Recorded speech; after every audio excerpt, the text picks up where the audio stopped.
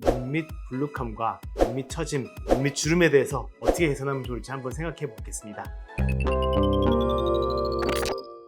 안녕하세요. 테일러 성형외과 탁원장입니다. 요즘 시대를 보면은 나이와 성별 관계없이 안티에이징에 대해서 관심이 많으신 것 같아요.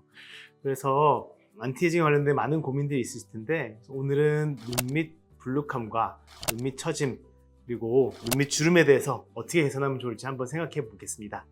테일러 탁탁.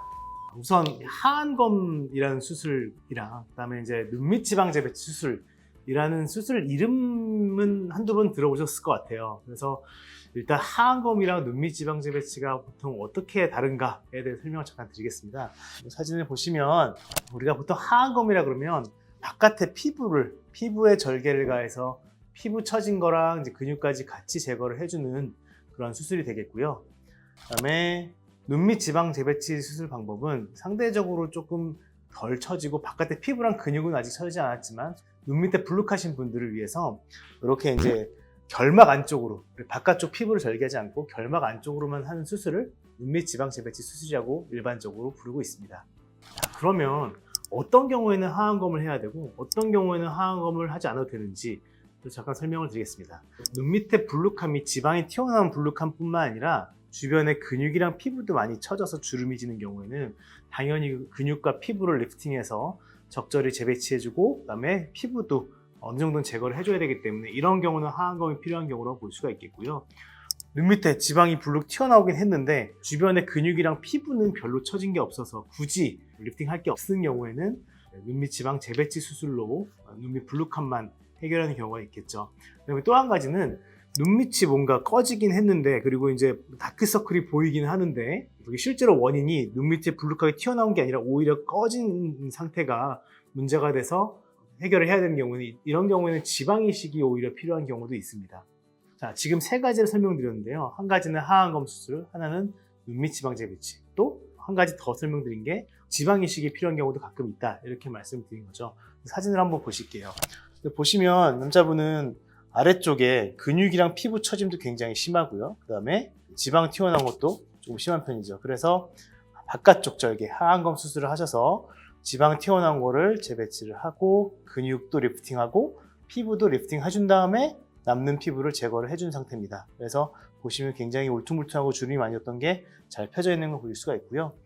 다음 분도 마찬가지입니다. 이분은 주름은 큰 주름 하나가 심한 상태고 눈 밑에 이제 지방이 불룩 튀어나왔고 그다음에 이제 근육도 바깥쪽이 좀 처져 있고 피부도 약간씩은 주름이 있기 때문에 마찬가지 하안검 수술로 해준하신 분이고요.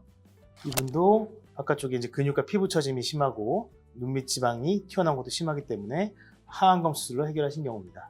자, 이런 경우 상대적으로 이제 좀 연령대가 젊으신 분들이 많고요. 보시면 다크서클이 있으면서 다크서클의 원인이 눈물꼬랑 인대가 붙어 있고 그 위에 지방이 불룩하게 튀어나오기 시작하면서 생기는 경우라서 이런 경우는 바깥쪽 피부 절개가 아닌 안쪽의 결막 절개를 통해서 지방만 재배치해주고 눈물꼬랑 인대를 풀어준 경우입니다. 그래서 이제 이렇게 개선되는 걸 보실 수가 있겠고 다음 경우도 마찬가지입니다. 눈물꼬랑 인대가 붙어 있고 지방이 약간씩 튀어나오기 시작했기 때문에 눈물꼬랑 인대를 풀어주고 지방을 재배치를 해주는데 바깥쪽 절개가 아닌 결막 안쪽 절개를 여기서 하기 때문에 바깥쪽 흉터가 없는 게 특징이죠. 테일러 탁탁. 자, 그럼 여기서 하안검을 추천하는 나이가 있는지 가끔씩 오시면 저는 지금 나이가 하안검을 해야 되나 아니면 눈밑 지방 재배치 해야 되나요? 이렇게 물어보시는 분들이 꽤 있어요. 근데 정확히 말씀드리면 나이가 많은 사람들이 하는 수술이라고 알려져 있긴 하지만 이게 이제 정확히 정해져 있는 것은 없습니다. 따라서 개인의 상태에 따라서 어떤 분들은 20대인데도 하안검이 조금 더 유리한 경우가 있고요. 어떤 분들은 5, 60대인데도 그냥 눈밑 지방 재배치만 하셔도 충분히 효과를 보시는 경우가 생기는 거죠. 그래서 중요한 것은 나이에 관계없이 근육과 피부 처짐이 어느 정도 중등도 이상이 있다면 하안검 쪽이 조금 더 유리한 수술이라고 보시면 되겠습니다. 자, 그럼 이제 여기서 하안검의 수술 방법에 대해서 조금 짚어볼 건데요. 하안검은 이제 구역별로 4가지 정도의 구역으로 나눌 수가 있어요. 이제 사진을 보시면 처음에 바깥쪽에 이제 피부층이 있겠고 그 다음에 그 안쪽에 근육층이 있겠고요. 그리고 경막을 포함한 우리 눈 바로 밑에 있는 안화지방이라고 하는 경막과 지방층이 있겠고요. 그 다음에 한 가지 더 생각해야 될 게 이 밑에 이 눈물꼬랑 인대보다 더 아래쪽에 붙어 있는 이 중안면의 조직들과 지방 조직들, 이 조직들이 있겠습니다. 그래서 첫 번째 아래서부터 설명드리면 중안면의 처짐도 여기가 깊이 파져 보이는 게 연인이 되기 때문에 중안면 조직을 올려서 리프팅해서 고정을 해주는 과정이 하나가 포함이 되어 있고요. 모든 사람들이 이걸 하는 건 아니지만 그래도 꽤 많은 분들이 하안검 수술하면서 중안면 거상을 같이 하시는 경우가 있습니다. 그 다음에 두 번째, 경막과 지방층이라고 그랬죠. 경막이라고 하면은 우리 지방을 싸고 있는 얇은 막을 말하는데요. 이게 결국은 불룩하게 지방이 튀어나오는 이유가 나이가 들면서 이 경막층이 점점점 느슨해지면서 앞으로 튀어나오기 때문이죠. 그래서 뒤에 있는 지방이 압력 때문에 뒤에서 밀고 나오게 되는 겁니다. 그러면 방법은 여러 가지가 있는데 기본적으로는 어쨌든 지방이 좀 과도하게 튀어나온 걸 갖다가 아래쪽으로 펼쳐주고 그 다음에 남는 지방은 제거를 해주게 되고요.